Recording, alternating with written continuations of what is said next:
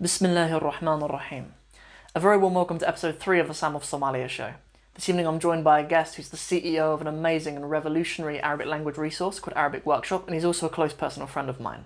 Ryan is not only responsible for the Arabic language's first ever listing library, but is also the father of 3 children, he's a practicing GP, he's a 20-year-long strong revert to Islam, and he's a legit purple belt in Brazilian Jiu-Jitsu. In this episode of the Sam of Somalia show, a lot of it is Ryan and I having a big nerd out about how to build the most amazing languages learning resources. But we also talk about the 10-year-long journey behind Arabic Workshop, getting married, and the virtues of learning martial arts. So without further ado, please join me in welcoming Ryan to the show. Ryan, our esteemed guest, welcome. Assalamu alaikum. Wa alaikum assalam wa rahmatullahi wa barakatuh. How are you today? Alhamdulillah, jazakallah khaira. Jazakallah khaira. Good. How'd you find Northampton? We drove through really quickly, to be quite honest. So nice. No, just straight up from London? Straight up from London, M1, and then straight off. Good. You look well, by the way, mashallah. Jazakallah khaira. It's been, how long has it been since we saw each other? I think about a year. I think it was last winter. It must be, because I hadn't moved to Northampton yet, I don't think. I was still living in Cornwall at the time. So yes, it must have been so I wasn't aware of the Northampton link, if I was being honest. Cool. That worked out. That was a bit of serendipity, really. Alhamdulillah. That worked out very nicely. So let's get straight into it, really. There's one quite simple reason why I really wanted to have you on the show, and was really talk about Arabic Workshop. So just for the audience who don't know about it, like I'm really excited about it for a few reasons that I'll talk about, but like just for the audience who don't have any context on it, how would you just describe it in very broad terms? Okay, in broad terms, I suppose I'd say that it's a library more than anything else. It's not really a course. And the idea was that we wanted to provide listening content for everyone. And we wanted it to be easy to kind of plug into your course or your curriculum, essentially. You know, if we think of, I suppose, an individual over their lifetime taking many different courses, that's what I suppose we would call a curriculum. So why listening specifically then? Of course. So I mean, for very obvious reasons, listening is it's essentially the crux of any language. You know, if you're gonna have a language that you acquire, it's going to be listening and speaking. But we have this strange situation in Arabic, which, you know, you have lots of people able to articulate Arabic for obvious reasons, the Quran, etc. And they're able to read, but have no kind of idea of what's going on. And so, you know, to me, we've got this huge population of people, which you know, that population has not really achieved its potential. And so where was the gap? Listening, really. Yeah, 100%. There's a number of things that I think are really fascinating about what you've done, and like I think perhaps I'd start with listening. It seems quite obvious that you've sort of looked at the situation of the way in which we learn Arabic in the West, and also that is obviously a result of how the Arabic teachers are trained in the West, obviously, and we don't have a lot of situations where we can facilitate speaking really well a lot of the time. And you know, just as someone like myself who's like kind of built courses and tried to build courses and sell courses and stuff, try to make a living for myself. Like I know it's very easy for Arabic teachers to think about, well, what can I do to try to help, rather than what does it need? And it seems like what you guys have done is you've looked at the situation of all of these like Muslims who want to learn Arabic, like people genuinely want a more meaningful relationship with the Quran and also to be able to speak it and stuff as well. And it seems like you've looked at that, and something I really admire as well is like how you've gone to great lengths to really like do it really professionally. You know, sometimes even Arabic teachers themselves are dabbling in this. Sometimes they're dabbling, sometimes they're like, well, I'll create this course, but we'll keep a kind of low budget because it might not work or whatever. But just by looking at your website, and the fact that we had a conversation about this over a year ago, this has been a long time in the making, and you can see it, do you know what I mean? So like, that's something that I really respect. It's about time that the size of this problem, some people stepped up and said, look, we have the collective resources in our community to build a really good team with specific skills in that team and do this properly. Yeah. Because most attempts are dabbling really, and would it be fair to say there's no dabbling going on? Oh, definitely no dabbling. I mean, I think you kind of mentioned on one of your previous podcasts, we actually decided that this problem needed addressing properly. It needed to be well funded. It needed to be, not a pet project. It needed to have kind of wider appeal. And I suppose, for the team, the mission is really based on an ambition for, I suppose, the ummah. If we could solve the Arabic problem, where could we take that ummah?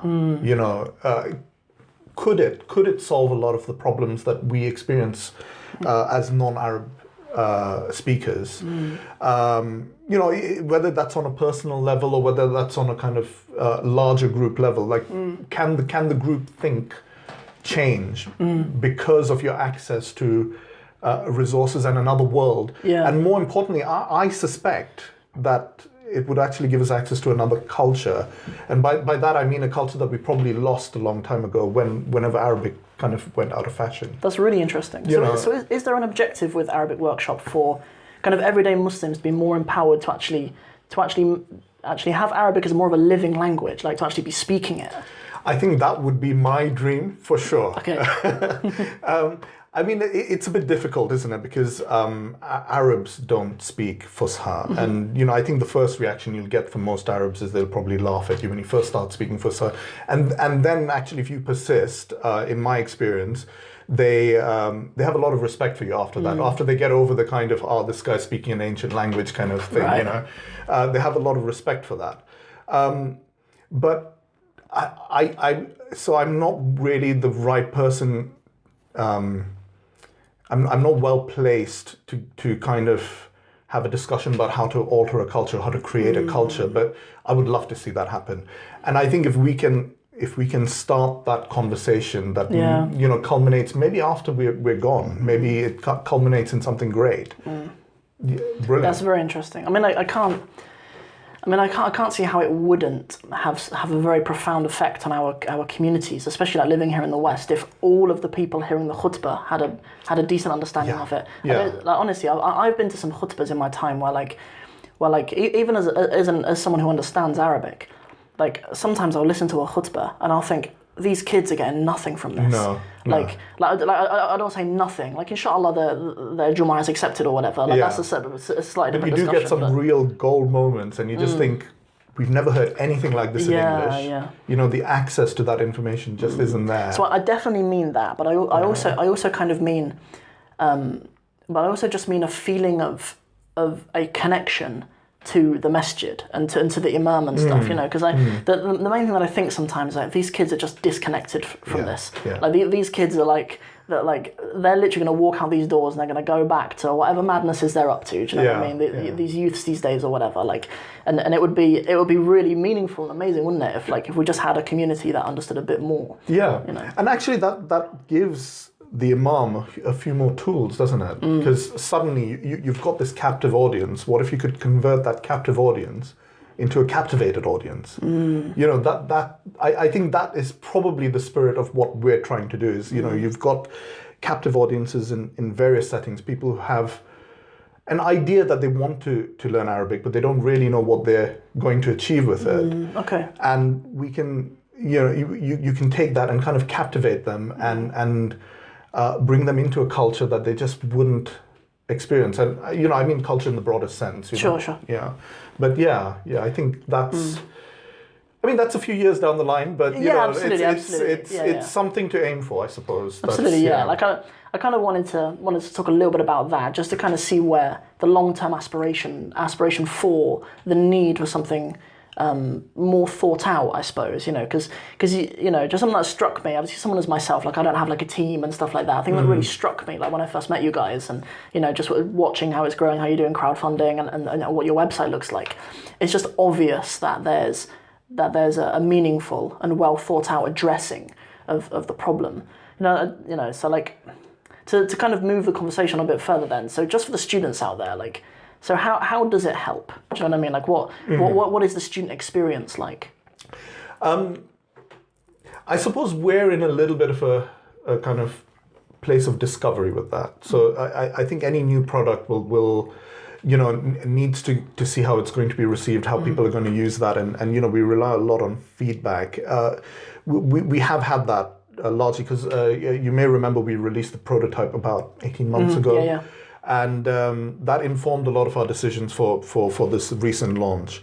I suppose the basic principle is that most courses are going to be linear by necessity. The fact that most courses are grammatically based.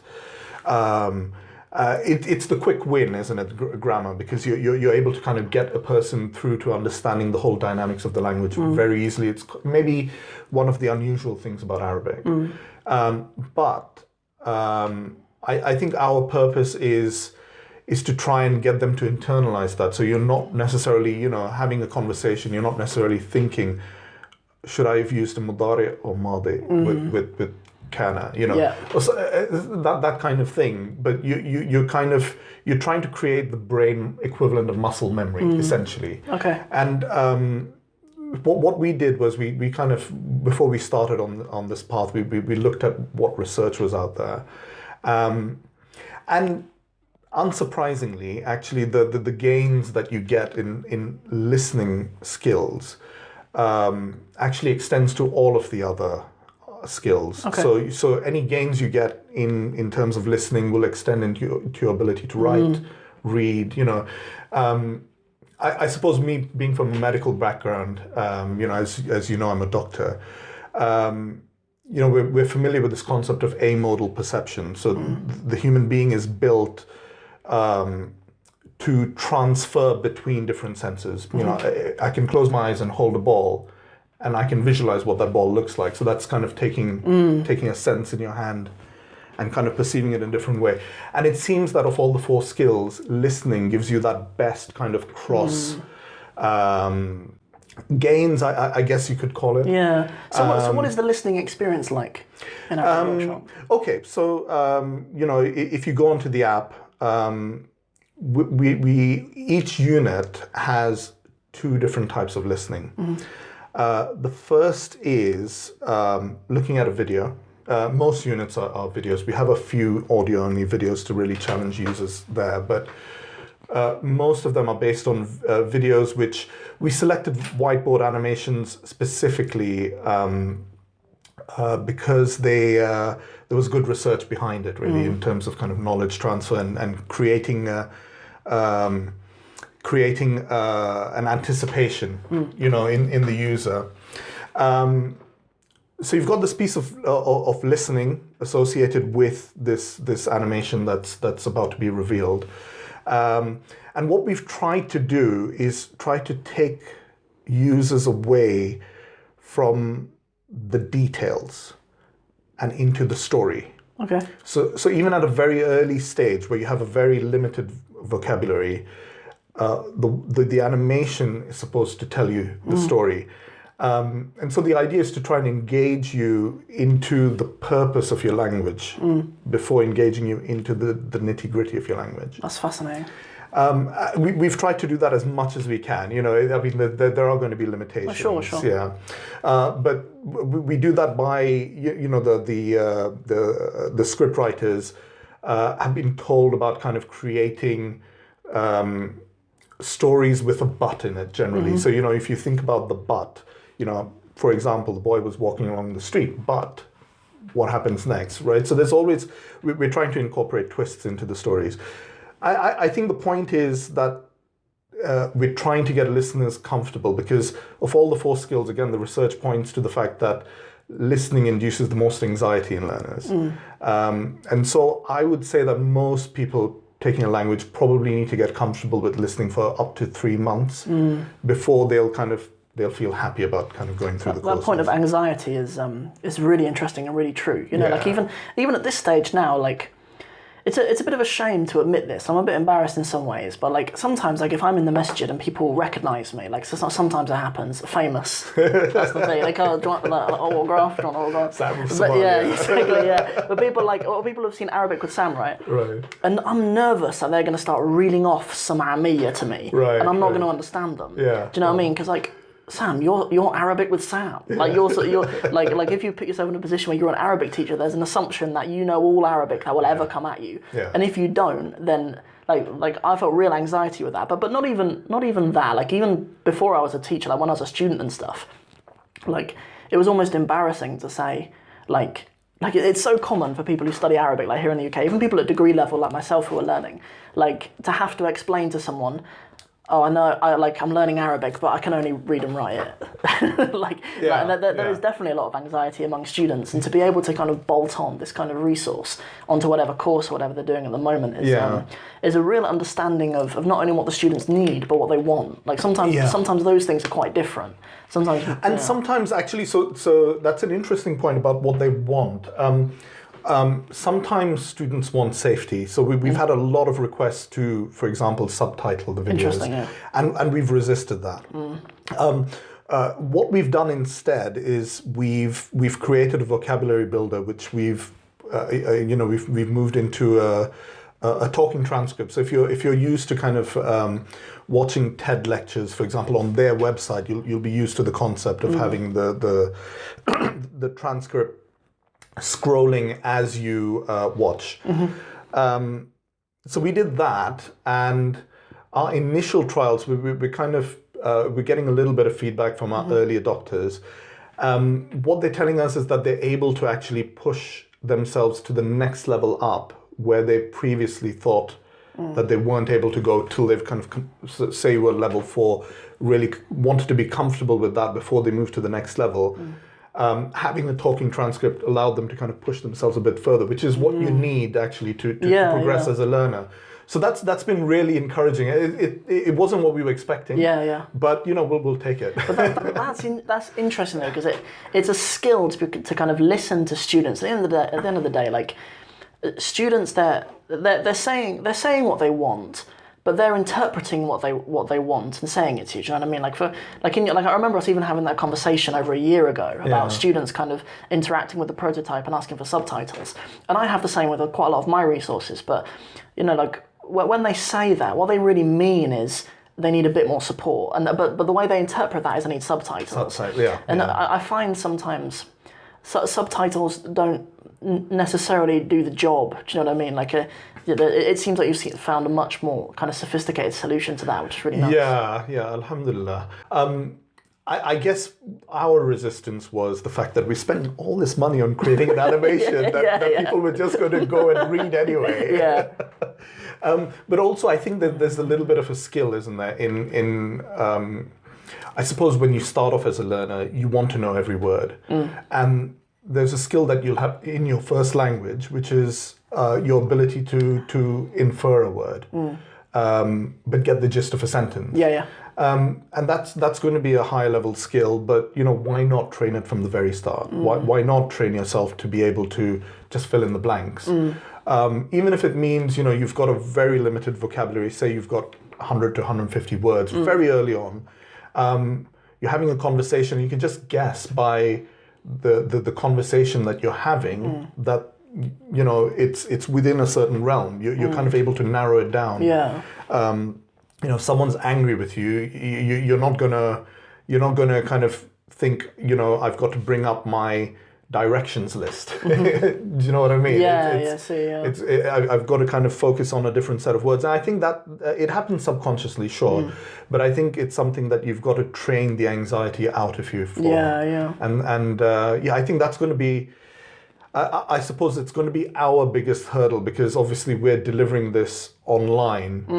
We're not there with the user to kind of guide them through that, which is why I think for the moment at least, what we're offering is going to work best with a teacher or being on another course, which is why we just kind of focused in on saying, well, look, we're going to try and map this to every course out there. It's really good that you're clear and honest about that, because a lot of the time students kind of they have an assumption that the way to learn Arabic is through a course. Do you know what I mean? And every Arabic resource I think is a course, and it's important kind of in your messaging to make that clear, I guess. Like I wanted to ask you as well about like how was it that you came about with the idea of leveraging whiteboard animations? Because the reason why I ask is because I know how hard those things are to put out.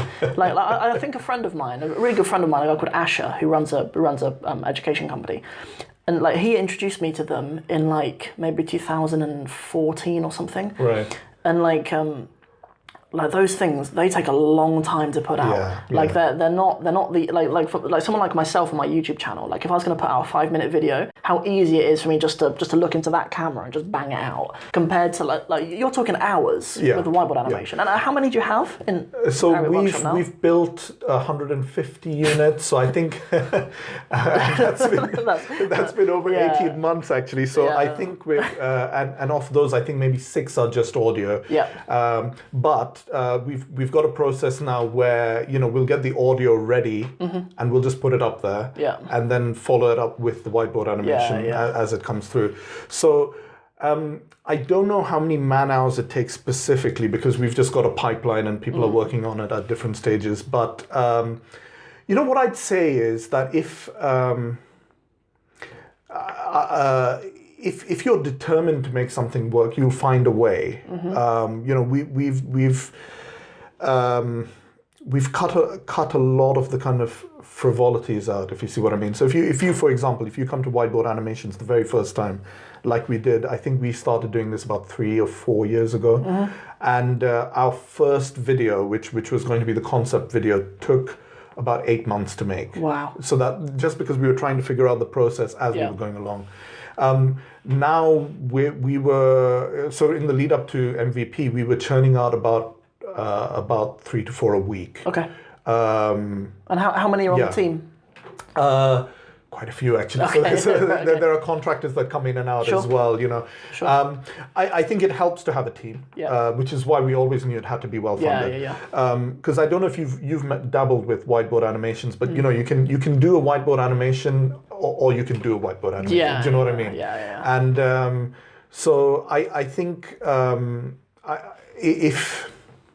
if you're going to go into whiteboard, it's got to be your thing. Yeah, it's not something to just kind of step into.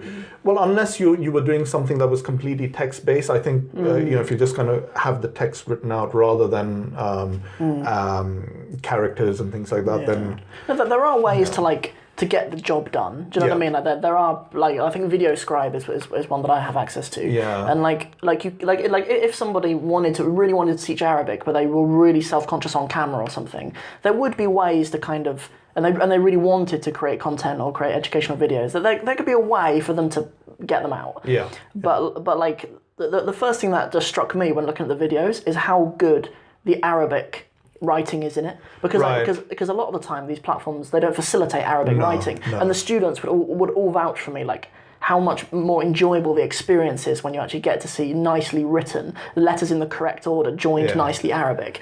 Looking at it, like sometimes I look at an Arabic program and it's like a work of art sometimes. But sometimes the students won't appreciate that. Do you know what I mean? You could look at an Arabic program, and like if you've tried to write a program yourself and you've really thought about how the different concepts accumulate, and how even like last night in my live show last night, I was talking about even like buffer lessons to allow concepts I picked up on that actually. Like that. Like no, I think that was a really good call with the buffer lessons. Yeah, like especially in something linear. Like if something's linear, having a couple of buffer lessons that just allow students' brain just to accept the madness that's gone on.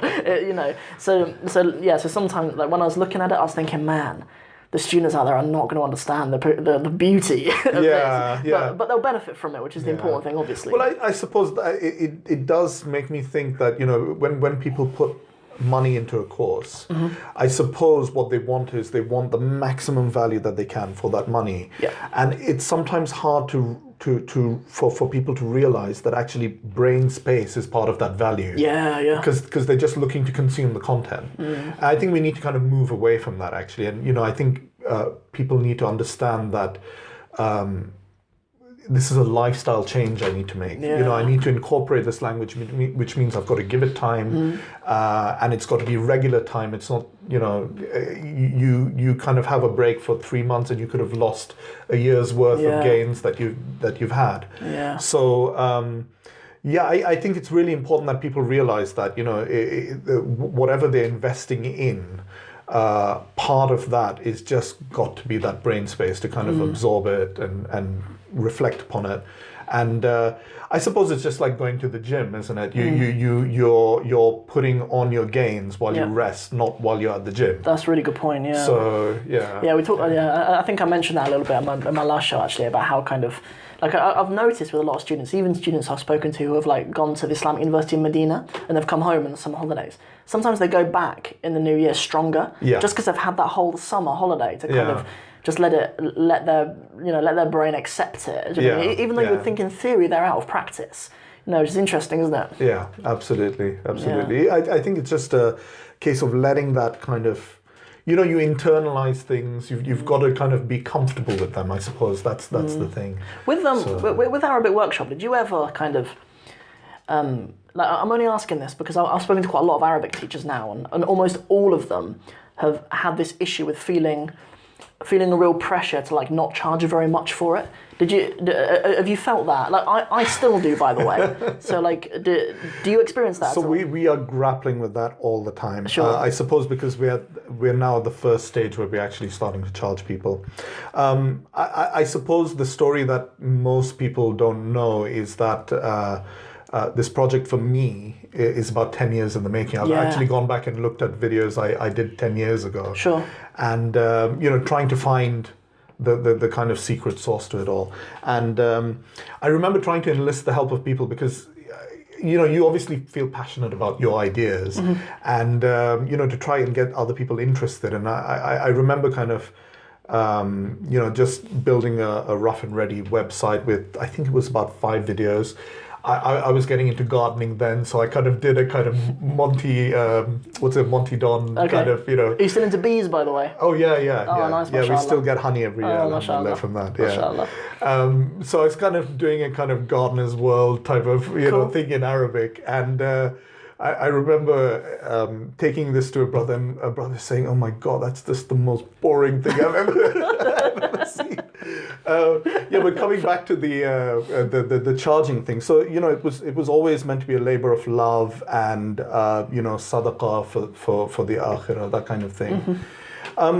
I think 2 things I realized along the way. So when I decided to take this on kind of seriously, as a to set up a business, if you like. Firstly, is that the business. If you're serious about business, it brings with it a requirement for discipline. Yeah. Because at the end of the day, you're going to start hemorrhaging money, And it'll be your investors' money, which you should, at least for me, I feel more responsibility towards other people's money than my own. And the second thing is there's a realization at some point that if you want the best people working for you, people get your mission, they just don't have time, they've got other things in their life. And if you want the best people working for you, you've just got to pay them. You've got to make it, you've got to kind of have their attention. And that's when things just changed completely, kind of took on a different rate and speed. And in fact, what you do is you actually buy people time in their various disciplines to iterate on your product. Yeah. So there's many times during the last 3 years where I've thought, we've got to the final product, and then the audio guy will come along. So Omar, who is in Turkey, he'll come along and say, you know what, I'm not quite happy with that audio. And you can't see it, because you're not, audio isn't your thing. And then suddenly he says, you know what, I'm going to go away and work on this and come back to you. So he'll be back then in the evening. And suddenly you're like, oh my God, we've got to redo all our videos now because of this quality improvement. Yeah. And so there are literally jumps that you have. And we've had the same with the we use VideoScribe, but we use a combination of VideoScribe and Adobe Suite. You can tell. Yeah, and so there's always, when there's a kind of realization that, you know, there's a tiny little problem here, we never kind of focused on it before, but, you know, we can use this other program to kind of come in and sort this problem out. Yeah. That then becomes the standard, you know, and then you find the next standard and then the next standard. And so we've actually managed to find a way to try and get full animations now, so full stop motion animations. And the question is whether we should take that leap, because obviously it means expanding the team a little bit more now, all of a sudden, you know. So yeah, it's I suppose that's what charging for the product properly does for you. It kind of focuses your attention a little bit more. I'll just say, I can't believe how cheap it is. I think you're off your head. To be honest, but considering the kind of product that it is right? Like I think with something that you bolt onto your course, even though it's more thought out than the main course you're doing, even if it's better funded than the actual course you're doing, I think it would be it'd be difficult to justify anything different to what you're currently doing. Right. So when I look at it and I think this thing's a beast. Like this thing's like a lot of time and effort has gone into it from a lot of different people over a lot of time. But for what it is right. Do you know what I mean? Just yeah. I mean, it's finding that balance, isn't it? Because I think it'd be fair to say that, you know, most of the discussions that we've had, it's always been about the mission. It's you know, how do we get as many people on board as possible? If we could do it for free, we would. You know, if we were funded somewhere. But you know, I think as well that there is a little to be said about people having to pay a little bit for what they have to do, whether it's in money or it's in some other way. There's a lot to be said for that. Yeah. I think you just take it a little bit more seriously if you pay for it. You know. Definitely. There's a saying that. You know, I had an interview recently with someone who's hopefully going to be a guest again on the podcast. But I remember this thing that I'd heard online somewhere, that the more someone pays, the more they pay attention. You know, like for the Arabic in 60 Steps program, for my program, like when I run it with, you know, like I have mentors who work for me, who check in with the students every week and stuff like that. And when a student parts with nearly £500 for that program, they're turning up. Like £500 is a lot of money for most people to invest in their education. Do you know what I mean? Like they are checking in with their mentors every week. If I'm not doing everything I'm supposed to be doing, they're on to me the next day. Like if they're not getting everything they need, and like, you know, that's really true. That's actually, very true. I've never thought about it that way. It's actually keeping us honest as well, isn't it? As the manufacturers or the service providers. And I suppose that's the thing. It's kind of ensuring that we maintain the quality in that transaction. So I think that it's kind of good all the way around. It is, yeah. The only reason why I asked about it, like, it's just because I know so many Arabic teachers struggle with it. Like I know, because there's kind of an expectation for Arabic teachers to not like over promote themselves, or things that are meant for the religion to not appear like too corporate or markety. But in the meantime, Starbucks are marketing to them. They're paying £4 for a coffee in the meantime. Whilst we're worrying, we don't want to push a product too much in the meantime. Like, but whereas when you actually have something that the amount of time and effort has gone into, it is if anything, it's a duty upon you to make sure that it actually gets into the hands of people who benefit from it. Yeah, I mean, I get that. I think we all wrestle with that, don't we? Sure, because it's I guess some of the guilt is maybe that, you know, the audience is largely coming from a Deen point of view, and you know, I think there's a sense of like, should we be exploiting this or doing it for free? You know, will our reward be diminished? I get all of that. I mean, I suppose the way to look at it is the other way. I mean, we've both been learners. You know, I've never been a teacher, so I think it's probably important I say that from the start. So I'm the team, I suppose, was initially more about the user experience. You know, and I think that's maybe where my advantage was with this product.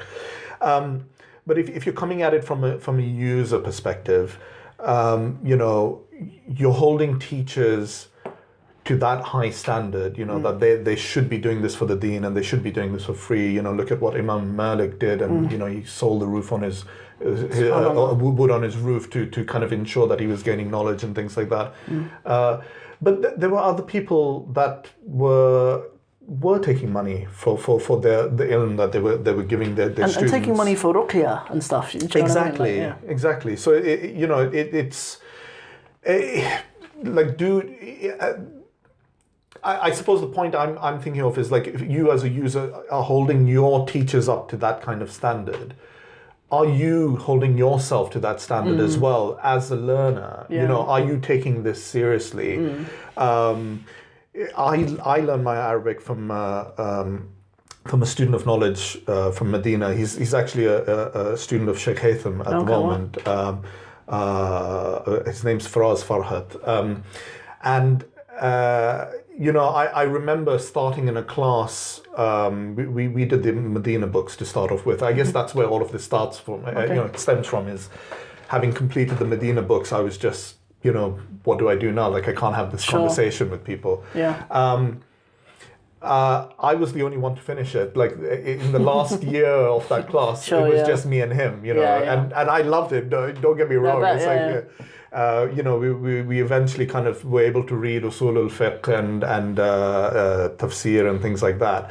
But I think the point is, we were holding him to the standard. He never charges for classes, right? And he's such an amazing resource, just based on the kind of knowledge he has and how well read he is. But is that kind of standard being? I think our perspective it's one way. I think our perspective is wrong in a number of ways. Like, we kind of idealize the way the students in the past learn. Yeah. Whereas, like, you've got to understand, like, the learning wasn't free for them. They maybe walked 10 miles to get to their lesson. Yeah. Something. It wasn't free. Yeah. Like, a lot of the time, even they'd have to prove that they're qualified to sit at the feet of these teachers who would teach them free. Exactly. Do you know what I mean? Like, it's never the case that it was just free. And like, even if you were just to think of it, like, I mean, what is the pittance you charge? Is it like £7 a month or something, £8 a month? Yeah, we charge £7 a month for the monthly. Fine. Okay. So that amount, like, you could think of that as just packaging. Like, that's packaging it in a way that's convenient for people of our times and for the problems that these students have. I got that. Yeah. Cool. Yeah. So it's a good way to think about it, actually. so let's kind of bring it back a little bit to, like, I always like to kind of start the show just talking about the main thing that we really want to talk about, and then it's nice to build a bit of context about how we kind of got there. So what's your background, by the way? Like, where are your family from? So my family are from Goa in India. So you're not an Arab? So I'm not an Arab, no. Okay. Although I've got a funny story to tell about that a bit later on. Okay. I think the Yemenis had traveled down there, actually, rather than the Egyptians and the Yemenis had traveled to South India. So I think the Islam in South India tends to be Shafi, for example. Okay, that's really interesting. It is looking at the history. But obviously not relevant to my life. I used to be Catholic. I converted in 1999. Oh, mashallah. Yeah. So this year it's like 20 years. You've been upon Islam. Wow, mashallah. Yeah. Oh, mashallah. 20 years. And, interestingly, my Arabic started actually a year before I converted. Oh, really? Yeah. Wow, that's really interesting. So, but were you born in the UK? Or were you... I was born in Goa. Okay. My family were based in Oman, actually, until I was 13. And okay. I came here during the 1990 World Cup. In my opinion, the best World Cup that there ever was. I don't know if people will... any exposure to Islam... Then? So no, that's really interesting. I had no idea about Islam.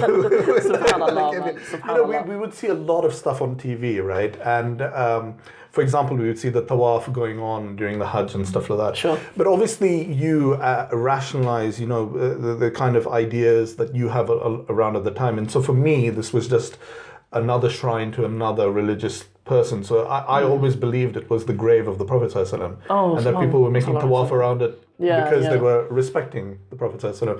So, and there was no one there to really correct that. And I really converted when I started med school. And, I think credit to the brothers, I don't have an amazing story to tell about that. It was just drip, drip, dawah, really, until the kind of penny dropped. Okay. Was it medical school just because you're Indian? that's the obvious thing.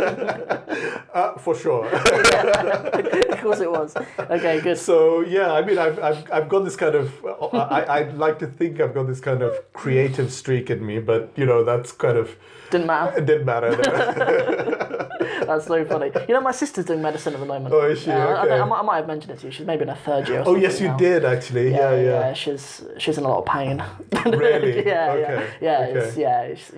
It's hard work. Obviously. Yeah, it is. It is hard work, and actually, interestingly, again, it's another story to tell. But I've done a lot of teaching of medical students, and actually, that's where a lot of the research for Arabic Workshop kind of came from. Actually, really that came from that place, because you're talking about people who are needing to perform at a high level very quickly. Yeah. And so I just wondered whether we could take some of those ideas and apply it into Arabic. So I think that's that's really interesting. Yeah, that is really interesting. Like I think it's particularly admirable, if you don't mind me saying that. Like someone who is you're a GP, like I'm a GP. You still work as a GP. I still work as a GP. But still, even like if you're in that position, you still work as a GP. Like you're probably relatively comfortable.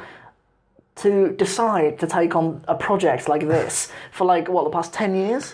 Yeah, well, it's been frustration for most of those 10 years, but I got serious about it. I suppose the positive spin to give on it is that, I'm in a place in my career where I could use the relative stability to actually go into developing something like this, whereas a lot of people are actually struggling to just make things work for them, So that's been the case for me most of the time, right? Like, because I was a primary school teacher for like a term. Right. And then my wife told me that she was pregnant with our first boy, Yusuf. And we've got 2 now, by the way. Did you know that? Yeah, I did know that. Yeah. We've got 2 now. Yeah. So that there was nothing to be said about the second one when we last met, and now all of a sudden, there's another baby in the other room. Yeah. No, I think you've been texting. I think that when we texted each other, you did mention it. So at that point, so like. I don't know why obviously normally if your wife tells you that you're gonna have a baby, like most people would think, well, I need to keep this job. Do you know what I mean? But for some reason I didn't think like that. I thought well, it's now or never. I need to if I don't take my life onto a trajectory that I want, then I'm never gonna be able to. Right. Do you know what I mean? Like I wouldn't advise that for most people, but that was just my story and it's just really interesting to hear about the evolution of this project, really, because obviously for myself, it's been a lot of it has just been, well, what can I use from my own ability and my own experience at university and the travelling I've done and stuff to try to package something of value. But it's nice to see an experience where the team that you have gone from a position of comfort to say, because most people choose not to do extra. If people are comfortable, people settle for that normally. Yeah. People don't normally choose to take on a project like this. But to see it kind of worked backwards, because you kind of have the privilege at that point to be able to say, well, what do the students need, rather than, kind of what I said at the beginning of this show, to start with what the students need rather than just what you can provide and then try to encourage people to pay for it. Yeah. So I think in that sense, this was the only point in my life that it was the most logical point in my life to do this, because I think, I don't know about you, but most of my life has been pre-Facebook, right? Okay. And I know that kind of seems like the reverse of a zombie apocalypse to most people. It's like, what did you guys do? Anybody who knows what TikTok is, they do not know that world. Exactly. I mean, we have this joke in my family about the kind of difference between papyrus and paper, and the kind of way things have progressed right now. And so. I think, firstly, the fact that it's become so much more easy for people to set up a business now, it just made more sense. I think the other kind of advantages I had, I had experience of teaching people who are needing high performance, to perform highly, should I say. So I've kind of got that. Or have had that under my belt with a good understanding of what that involves. But I think also, I think Arabic specifically as a language is a little bit behind the curve at the moment. And so I think for me, it was like a huge opportunity to say, well, look, could we get Arabic actually not just ahead of the curve, but setting the standards for other languages. Like, could we? So I suppose this is where the ambition of the project lies. Is could we start to analyze the data that we're getting back to answer really important questions in linguistics research? You know, I think the whole idea of user-led innovation has now taken hold. You know, prior to that, it was a case of, you know, you became the professor or you became the expert in your field and you dictated the terms. It was actually Facebook changed all of that. You know, largely it was Facebook. You know, it was suddenly the user experience is king. Yeah.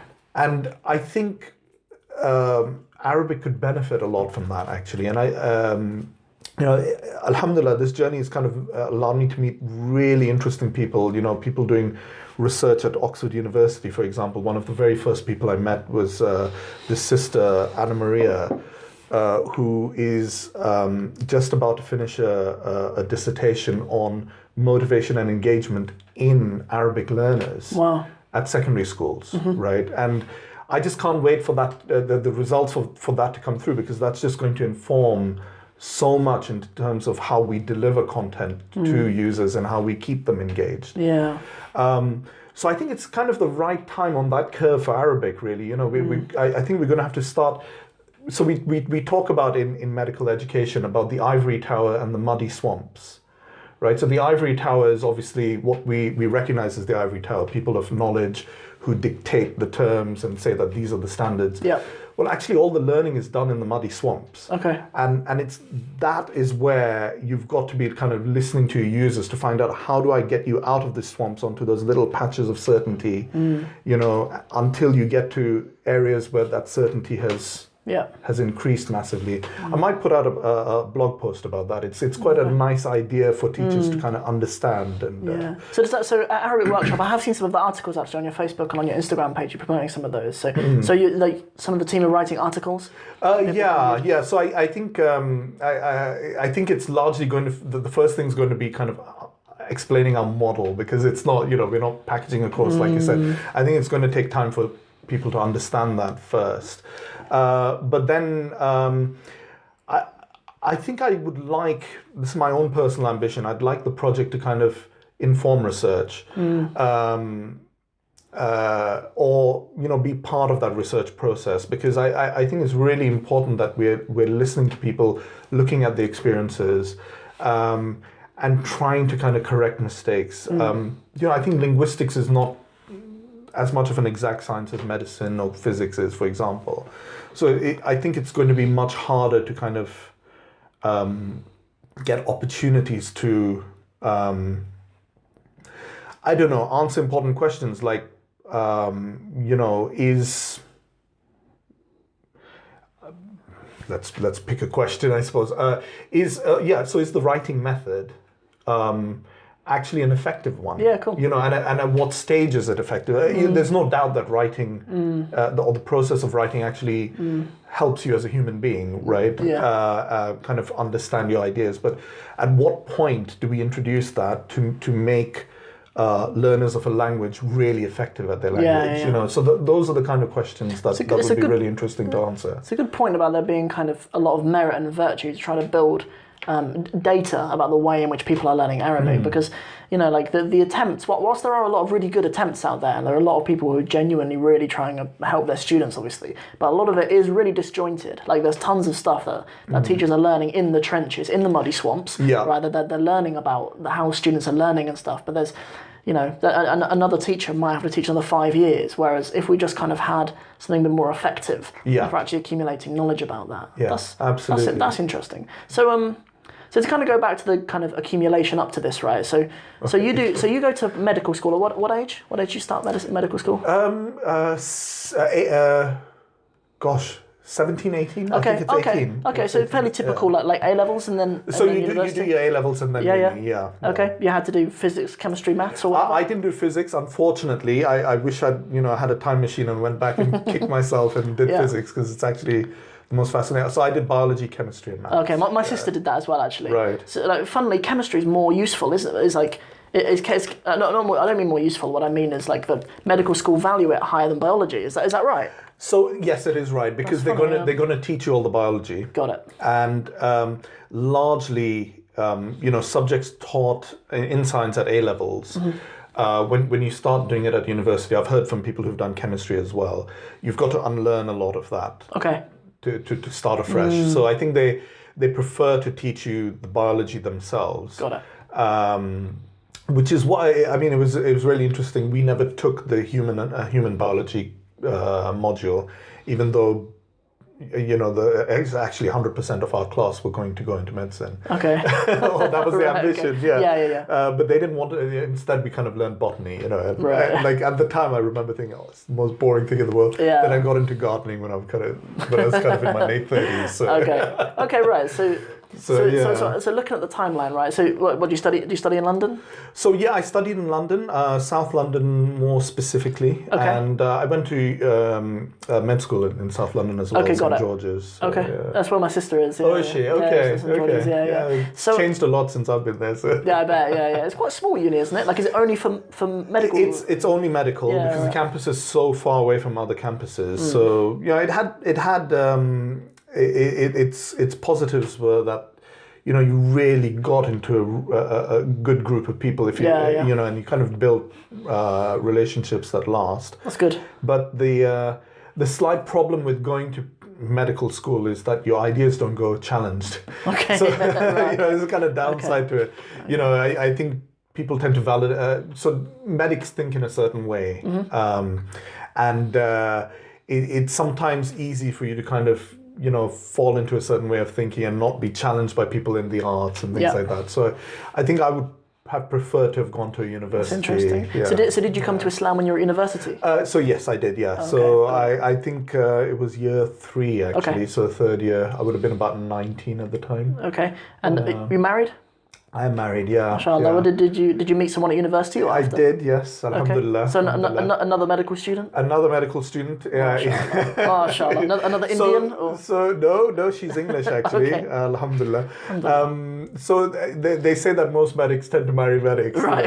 It's just I think on one of the induction lectures, the professors get the parents to kind of look to the right and left and say that these are your future in-laws. Kind of thing. That's really funny. That's really funny. But no, she's a medical researcher, so got a good kind of medical background. Okay. And did she like embrace Islam at a similar time to you? So she was maybe a year before me, but she did it largely because she spent a gap year in Malaysia and had a really good experience there. And it was a different journey to mine. That's amazing, mashallah. And then, so you would have met at university, and was it? Did you get married whilst you were still studying medicine? Yes. Wow. Yeah, yeah. So we were about 18 months to my graduation when we got married. Okay, mashallah. I know a brother, so I spoke to a brother recently, who he's been married for like a year now, but his wife is Dutch, and they were studying Arabic together at SOAS, and she embraced Islam, and then like 2 weeks later, like they were just, like after a lesson or whatever, they were revising in a coffee shop, and he was like, "Do you want to meet my mum?" And she just goes, "Do you want to?" She was like, "Do you want to marry me?" And he was like, "All right." And then like they That's so romantic. I know, pretty much like 2 weeks later, like nikah was done. Like literally, she's not been a Muslim for a calendar month. Yeah. And she's married to this brother, mashallah. Yeah, mashallah. Yeah, I would have loved to have got married when I was at uni, but qadar Allah, the opportunity didn't come around. But I got married pretty much straight. Like I graduated obviously in July of 2015, and then I was married in September. Okay. In 2015, yeah. So that, but like at university, there's obviously a lot of fitna. Like it would really protect you. Like I don't know if it's just because I was a 21-year-old male at university, but it seemed like SOAS was full of pretty women as well. I don't know if it's just because you're like I thought like have all the pretty women just come to this university? I don't know if it's just I think you were a 21-year-old male. That's probably. Yeah. I don't mean to. That's come out the wrong way. But that's exactly what I felt like. That's completely come out the wrong way. Yeah. So, but it wasn't just me. I'd be in the prayer room with some brothers. I'm like, are all the women at the university pretty? Like, we can't seem to get married. But that's why, like, I asked him, and I asked you the same about whether you got married at university, because it's rough out there. It is. And, I think, obviously people have to decide for themselves and make sure that it's right for themselves. But I think marriage is one of the biggest protections for your deen in that kind of environment. Yeah, for sure. 100%. Sure. So get married at university, and then afterwards, like, how long is there between then and you starting to think about Arabic workshop? Oh, right. Okay, that's an interesting thing. So I think when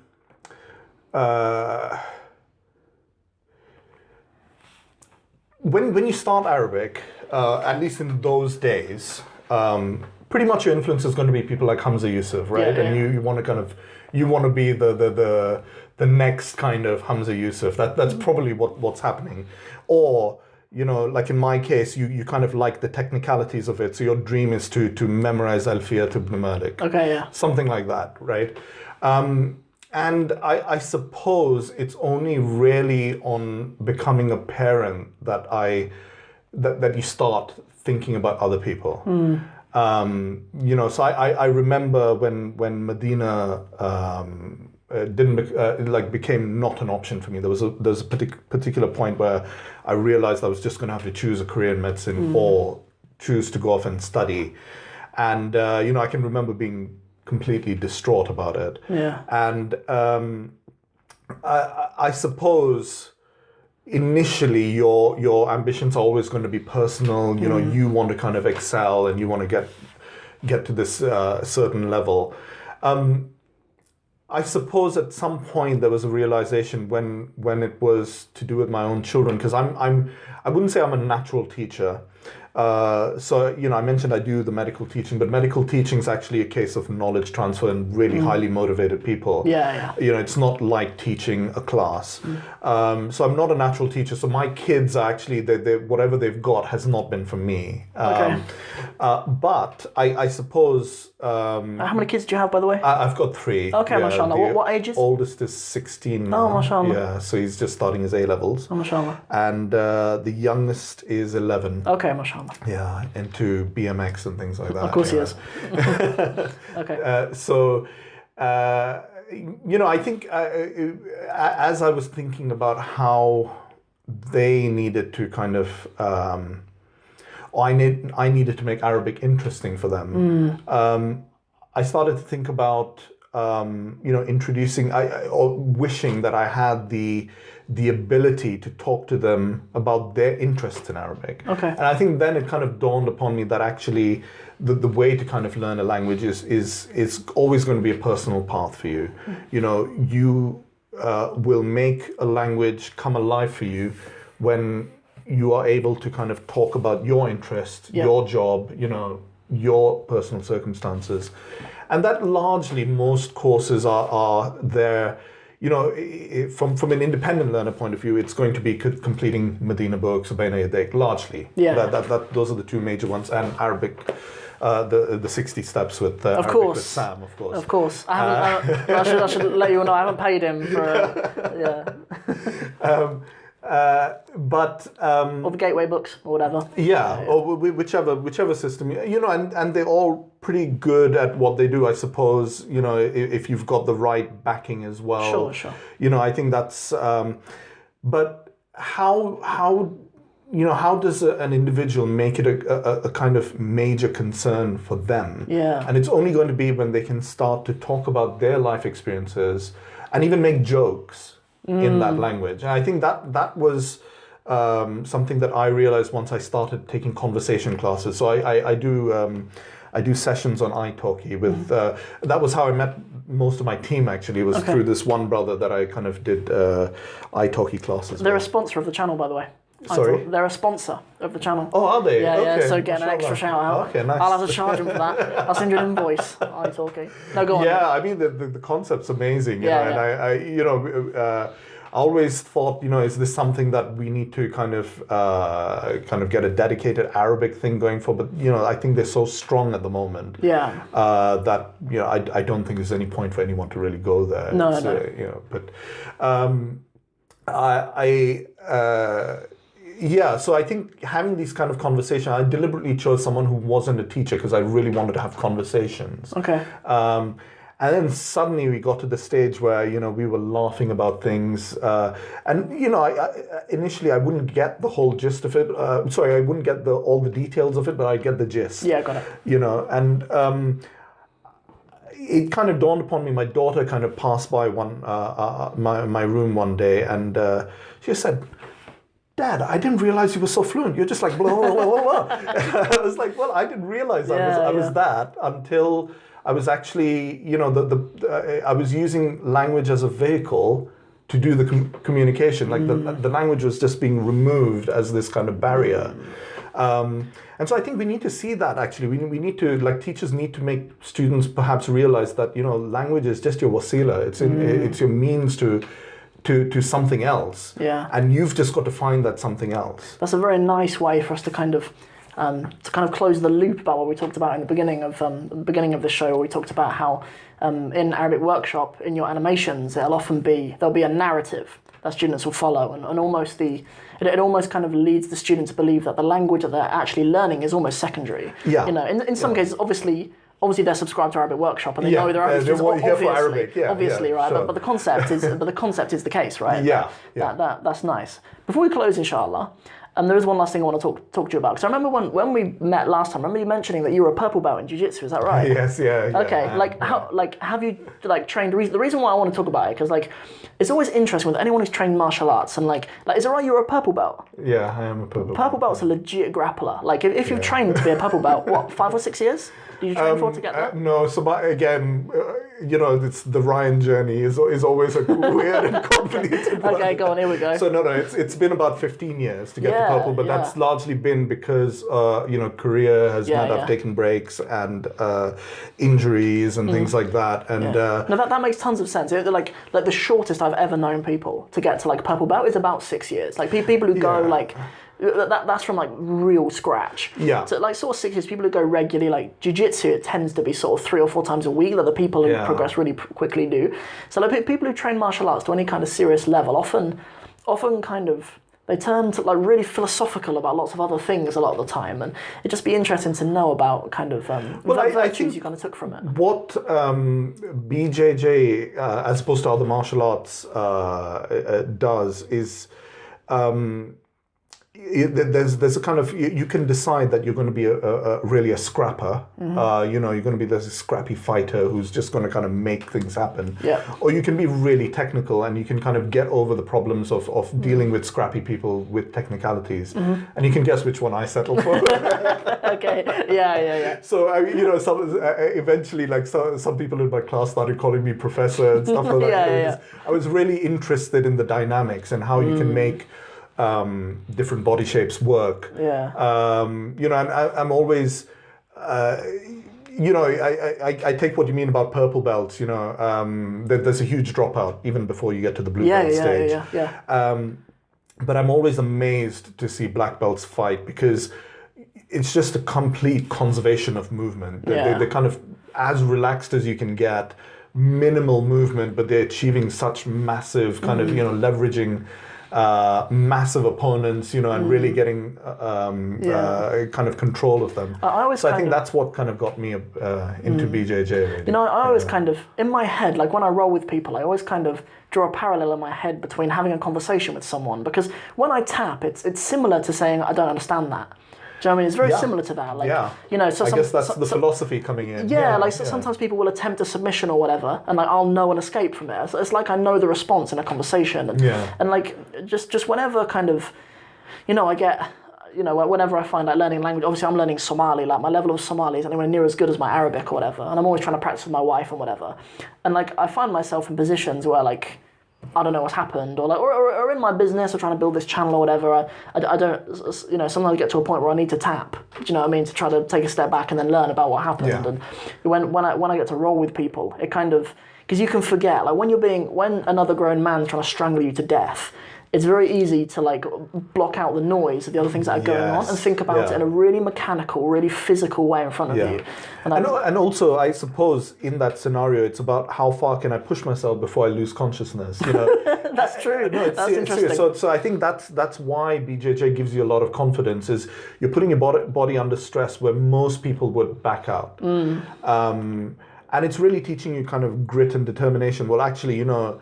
So we used to do a little bit of MMA as well, and you know, the first time you take a shot to the face, not that I'm advocating like you know shots to the face, but it's inevitable that you do any martial art, you're going to take a shot to the face at some point. It's just like the world has ended, right? And I think boxers will understand that even more than others. But you know, after a while, you realize that you can take a few shots on the way down to the position that you want to be in, to then win. You know, and I think that's what you know, really martial arts, particularly if you have a good teacher who can give you that kind of philosophy behind it. It kind of teaches you. It just kind of builds your confidence for everything else. There's so much virtue in it. You know, there's a dojo where I like to train in East London. It's called Submission School, and like it's a group of like it's like the guy who runs it is a Muslim guy, and the majority of the people who train there are Muslims as well. And there's a lot of kind of a Muslim philosophy towards our training and us being a team and stuff. And there's, you know, really like the teacher, he talks more about the virtues of jiu-jitsu off the mat than on the mat. That's interesting. I definitely know what you mean about being punched in the face. The one for me was being leg kicked. I don't know if you've ever been leg kicked by someone who's a good kickboxer. I used to do a bit of kickboxing as well. Or even like being punched in the liver and stuff. Like when you get hit, like some body shots are the most painful things I've ever experienced. Well, the important thing is that's the first time, you know. But once it happens, you know what it's like, you know, 100%. And then I suppose it's the same with life. You're going to be dealt with blows. I guess this is the philosophy coming out. You're going to be dealt with blows all the time. But you, as a human being, Allah has created you to be able to kind of deal with that. I mean, that's what makes us human, you know. Let's wrap it up, inshallah. Is there anything else you'd like to mention, inshallah, before we go? No, Jazakallah khairah. You know, I really appreciate your time, bro. I mean, it's really nice. It's nice to have someone outside the team get it. Sure. I think that's been the biggest hurdle initially, at least, you know. But once we had product in hand, people started getting it, and it's nice that. I think that will. Yeah, it's interesting that you say that, you know, as you're mentioning about Facebook earlier, like a lot of Facebook's success was due to the fact that like Bebo and MySpace came before it. People got the idea of what Facebook was because of those companies that failed and stuff before it. And it would have been useful if we had a few Bebos and MySpaces before Arabic Workshop. It would have been useful if we had those. Let's hope we don't take... We're not the Bebo, the MySpace. I'm not saying that. I know you're not. No, what I'm saying is the time. Do you know what I mean? Like, exactly. Bebo and MySpace, they didn't have the time to wait around. Do you know what I mean? But like Arabic Workshop has proven that it has the time. Do you know what I mean? Like it's Alhamdulillah. it very nearly looked like I was handing you a P45. All right, ladies and gentlemen, we'll end this episode, inshallah. Jazakallah khair for coming on episode 3 of the Sam of Somalia show. This will go on the Arabic with Sam podcast as well. I don't know why I'm looking at the cameras. It's only in here that'll hear the podcast. Oh, right, okay. But it'll go everywhere, so don't you worry about the audience hearing about it, inshallah. I'm really excited for everyone to hear about it. Barakallah. Appreciate it, man. Thank you so much for enjoying this evening's episode of the Sam of Somalia show. To follow Arabic Workshop and to keep in touch with all of their progress, you can follow them on Instagram at Arabic Workshop. Or you can just go straight ahead and you can start your free trial today at www.arabicworkshop.com. Our next video on this channel will be on Monday, and it will be a Somali language video. So make sure you subscribe to this channel, and please don't forget to hit the bell if you haven't done so already. That way you'll keep in touch with the channel and everything that we're uploading all week long. And until the next time, Assalamu alaikum wa rahmatullahi wa barakatuhu. Iyo nabad gilyo.